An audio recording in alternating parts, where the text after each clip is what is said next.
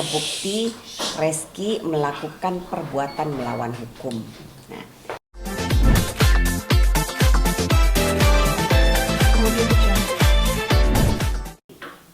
yang bisa membuktikan adanya suatu hubungan hukum, ya. Karena nih satu lagi saya perlu luruskan, yang digugat ya oleh pihak penggugat itu adalah perbuatan melawan hukum. Jadi Reski tiba-tiba digugat telah melakukan perbuatan melawan hukum. Nah, bukti-bukti mereka sudah ajukan, tapi bukti-bukti itu termasuk foto ya, itu bukan bukti-bukti yang bisa menunjukkan bahwa memang Reski punya hubungan hukum, kemudian Reski telah melakukan perbuatan melawan hukum. Jadi itu tidak terbukti.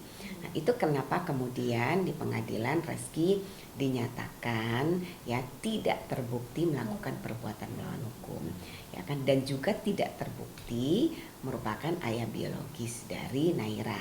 Nah, tapi tadi saya sudah sampaikan meskipun demikian, demi memutus keraguan ya, Reski berbesar hati, Tante, karena ini anak di bawah umur, dia nggak berdosa, saya mau DNA, ya kan, semata-mata ya itu tadi untuk kepastian hukum bagi Naira, ya kan. Kami ya, karena kami yang digugat kan, kami tidak punya kapasitas untuk memaksa hakim, kami tidak punya kapasitas untuk mengajukan sesuatu yang di luar kami punya, ya kan. Adanya bukti-bukti, saksi-saksi yang kami punya ya hanya itu. Penggugat pun sudah menghadirkan bukti, sudah menghadirkan saksi, namun ya di pengadilan negeri tidak terbukti gitu loh. Nah, itulah yang saya katakan, ini sebenarnya luar biasa kebesaran hati Reski Aditya ya. Jelas tidak terbukti, lalu kemudian dia menawarkan diri untuk DNA. Ini sebelum banding ya. Dan banding pun ya kalian tahu sendiri kan, sebenarnya teman-teman media sendiri semua pasti sama ya pendapatnya. Loh, Bu, belum DNA kok udah dinyatakan ayah biologis kan gitu. Artinya semua bisa menilai ya bagaimana sesungguhnya jalannya masalah ini gitu ya. Ada nilai-nilai kebijaksanaan yang sangat kental, yang itu pun butuh proses untuk diputuskan supaya masalah hukum ini bisa selesai dengan baik gitu dan dengan damai gitu. Bu, kemarin sempat ketemu Kiki, Iya, iya. Apa ada curhatan tentang Kiki ini ketemu ayah gitu? Enggak, justru saya tanya Kiki waktu itu, sayang, kenal sama Om Reski enggak gitu. Sayang suka nonton TV nggak, lihat Om Reski enggak? Ya anak kecil ya, ya it's normal, dia nggak ngerti apa-apa. Ya bahkan waktu itu saya sempat video dengan Kiki, sempat foto gitu, anaknya lucu gitu ya. Dan proses itu juga Reski tahu, ya Citra tahu, Reski tahu gitu. Tidak ada masalah gitu. Artinya tidak ada sesungguhnya sesuatu yang harus dipertentangkan, harus diperdebatkan, harus mengundang kontroversi gitu ya. Karena sesungguhnya di balik ini prosesnya baik-baik saja ya. Hanya memang di permukaan kan orang tidak sabar. Gimana sih ini kok nggak DNA kan gitu. Gimana sih ini kok nggak mau damai gitu. Tapi ya tidak apa-apa. Tidak semua yang dijalani ya, proses yang dijalani oleh orang itu harus diketahui oleh halayak ramai ya. Tidak perlu gembar-gembor, apalagi kemudian mengundang kontroversi untuk apa ya. Sekali lagi karena ini melibatkan anak di bawah umur gitu. Jadi sebenarnya kalau waktu itu sebenarnya momennya baik sekali sih waktu itu ya. Ramadan, saya malah kalau bisa Lebaran sudah bisa ini ya. Tadinya harapan saya karena belum ada proses tes DNA ya, tentu Reski belum bertemu dengan Naira gitu. Untuk tes DNA sendiri prosesnya berapa panjang sih, Bu? Biasa sih DNA 2-4 minggu ya? Iya, biasanya 4 minggu. Gitu. Iya. 4 minggu sih biasanya, nggak lama. Sebentar kok. Jadi Proses itu sebenarnya sesuatu yang ringan, yang mudah ya dan cepat kalau memang sudah ada kesepakatan gitu ya. Artinya sepakat kapan harinya, kapan tanggalnya, jamnya, nanti kita lakukan bersama-sama gitu. Bu, kemarin kalau Mbak Weni bilang Keke itu sering melihat berita-berita tentang dirinya. Apakah Ibu waktu itu tanya juga, Keke tahu nggak berita-berita dia tentang sama Rizky? Kalau katanya Keke pun mengenal Rizky. ya nggak tahu ya, saya nggak bisa komen begitu karena yang pada saat saya bertemu anak itu, kalian tahu anak umur 9 tahun kan ya, masih sangat polos, suci, nggak tahu apa-apa ya. Sama saya juga masih ngelendot-ngelendot gitu ya, panggil saya Uwa. Saya tanya, sayang kenal sama Om Reski? Enggak. Sayang suka lihat Om Reski di TV? Enggak ya. Terlepas apakah itu benar atau tidak ya, anak-anak kan polos, apa yang ada di kepala dia hari itu ya saat itu ya itu jawabannya. Mungkin sebenarnya dia pernah melihat, mungkin sebenarnya dia pernah mendengar atau sering, tapi ya itulah anak-anak ya, itulah anak-anak yang saya sesungguhnya nih, kalau kalian tahu ya, waktu pertemuan itu sebenarnya saya miris sekali gitu, rasa kibuan saya timbul gitu ya, karena bagi saya kasihan sekali gitu kalau harus ribut-ribut terus ya, nggak ada berkesudahan gitu. Jadi itu sih nggak perlu dipertentangkan ya, benarkah dia melihat, menonton, kenalkah dia. Ini anak kecil ya, anak kecil yang dia mau ngomong apa aja ya, suka-suka anak-anak lah ya, hari ini dia ngomong apa, jam berikutnya apa, itu anak-anak gitu ya gitu. Nah, kalau untuk yang penawaran itu sebenarnya apa sih, mungkin Mbak, apakah uang atau yang dimaksud jual putus itu gitu? Ya, saya tidak mau komentar mengenai itu ya, karena itu sangat sensitif sekali, karena lagi-lagi ya jejak digital itu tidak bisa dibuang ya. Ananda Naira tidak perlu harus hidup dalam lingkungan yang apa ya, berisi perseteruan yang pro dan kontra, apalagi terkait dengan keberadaan dirinya. Saya nggak perlu bahas itu, tapi kemarin hanya cukup memberikan pernyataan itu saja, tidak perlu mengundang pro dan kontra, tidak perlu mengundang konflik, dan saya tidak perlu menjelaskan lebih panjang lagi gitu. Mbak, berarti Reskinya tidak akan komunikasi dan bertemu Keke sampai SDNK dilakukan? Ya, jadi kan Reski kan punya tim lawyer ya. Kami tim lawyer sudah menyampaikan niat baiknya ya. Nanti kita menunggu nih, kemarin juga sudah kita sampaikan juga, kita menunggu kapan akan dilakukan tes DNA. Tentu pada saat tes DNA pasti ketemu gitu. Pertemuannya itu akan dilakukan pada saat tes DNA tersebut Ya. langsung. Ya mungkin sebelumnya, kan namanya anak-anak ya, jangan sampai dia bingung, ini aku mau diapain ya tante gitu kan, oh oma aku mau diapain gitu kan. Tentu ada proses ya, tentu ada proses, mungkin akan bertemu saya dulu, mungkin akan main dulu ya, silaturahmi dulu, itu pastilah proses itu, nggak mungkin kan, dia bukan barang, ini anak loh, bukan barang ya.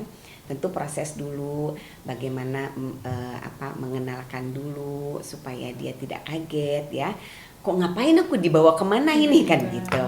Jadi tentu itu pasti berproses lah. Hasilnya apakah akan juga diumumkan secara terbuka atau seperti apa? Pastilah, pasti gitu. Kan apa yang harus ditutup-tutupi? Kan nggak ada yang harus ditutup-tutupi, karena memang ini keinginan dari Reski ya. Hasilnya terbukti atau tidak terbukti kan pasti kawan-kawan juga ingin tahu ya gitu, pasti diberitahu. Jadi dan lagi-lagi saya sampaikan, kalau terbukti kita sudah tahu konsekuensinya apa, tidak terbukti pun Reski tidak akan melakukan tuntutan apapun gitu, karena enough gitu ya, sudah cukup gitu buat. Terima kasih. Terima kasih. Oke. Terima kasih Terima kasih banyak. semua ya. Suasana lebaran. Ayo bersana. Ya Ma, ayo buru, aja udah mau. Yuk, Mbak Ana bisa diceritakan akhirnya ini sempat menang dan akhirnya ini tiba-tiba ada berita bahwasanya tuntutan dari pihak WNI sendiri dikabulkan. Seperti apa itu? Ya, ini saya perlu sampaikan ya bahwa di persidangan tingkat pertama di pengadilan negeri ya, Reski itu dituntut melakukan perbuatan melawan hukum ya. Jadi gugatannya adalah perbuatan melawan hukum. Nah, di persidangan di tingkat pertama sama sekali tidak bisa dibuktikan ya, tidak terbukti Reski melakukan perbuatan melawan hukum. Nah, itu yang terjadi gitu ya.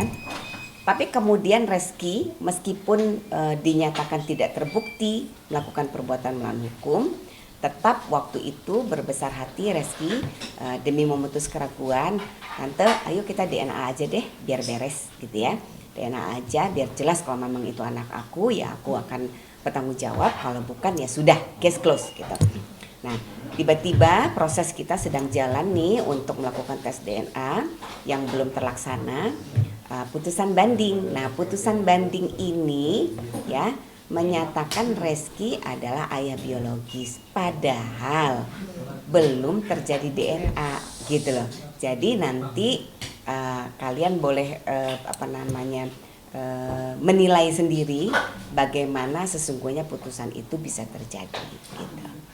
Bicara tes DNA kan sebelumnya sempat awal mungkin ya, dari pihak sana sendiri selalu menggembor-gemborkan gitu. Tapi kan sempat tidak ada ibarat tuh dari pihak Reski sendiri diam gitu dan bungkam gitu. Dan akhirnya sekarang sendiri akhirnya mau gitu. Ya. Prosesnya panjang ya. Satu, melibatkan anak di bawah umur. Dua, melibatkan keluarga besar yang banyak ya. Melibatkan perasaan seorang istri ya dari Reski Aditya.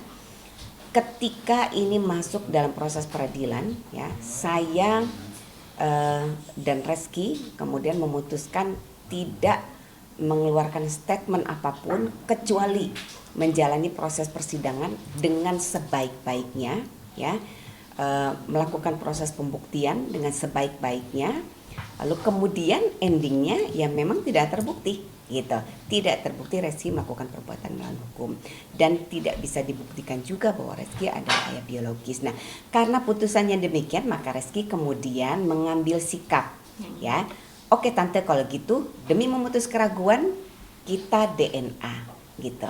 Jadi DNA, nah tapi ternyata prosesnya nggak bisa semudah itu ya.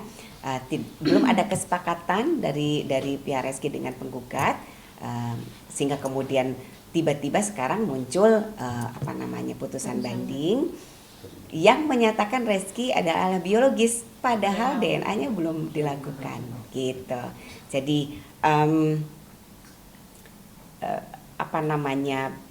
kalau kemudian semua bertanya kok sekarang baru muncul, nah sekarang muncul ya karena Reski sudah merasa tante rasanya sudah cukup ya.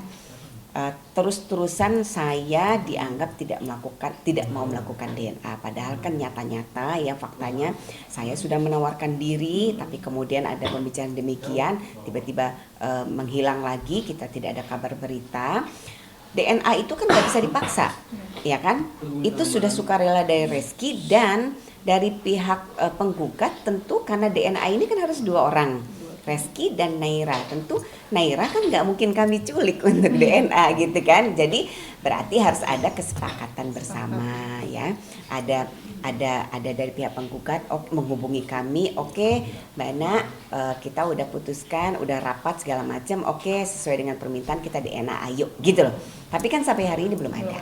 Dan sekali lagi saya menghimbau kepada penggugat ya, kami masih menunggu kapan untuk dilakukan DNA, sesegera mungkin lebih baik gitu. Apakah alasan mungkin tempatnya mungkin Mbak, karena akhirnya tidak sampai sekarang mungkin masih agak mau ngolor-ngolor untuk penempatan tempat rumah sakitnya ibarat untuk tes DNA-nya seperti apa sih Mbak? Ya, kalau tes DNA kan independen ya, mau di rumah sakit manapun tentu hasilnya sama ya.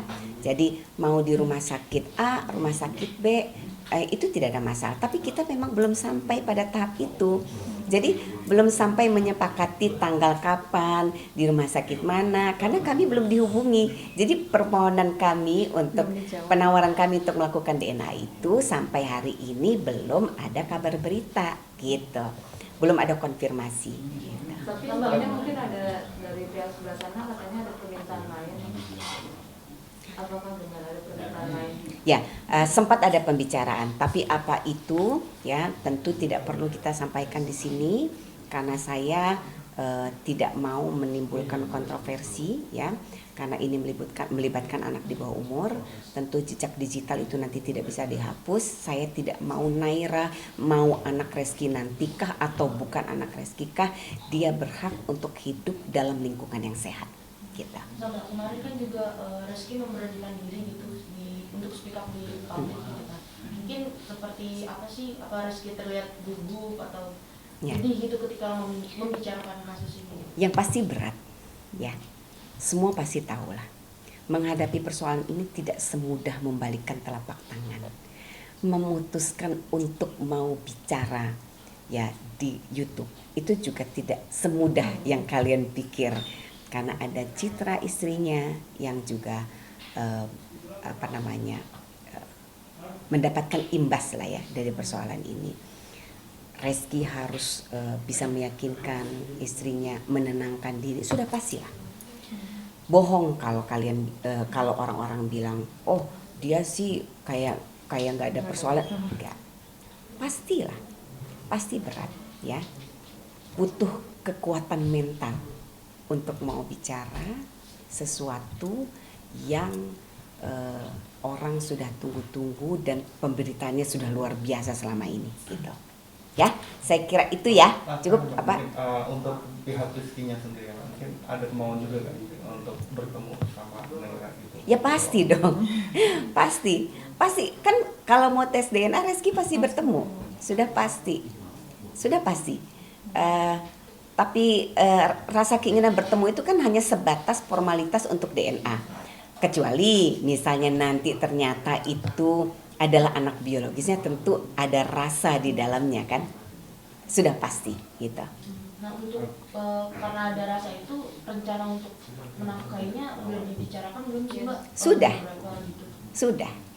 Sudah, semua sudah dibahas tuntas ya, semua sudah disampaikan pula ke penggugat ya. Ini hanya menunggu kapan sajalah, tinggal menunggu kapan dilakukan tes DNA. Udah.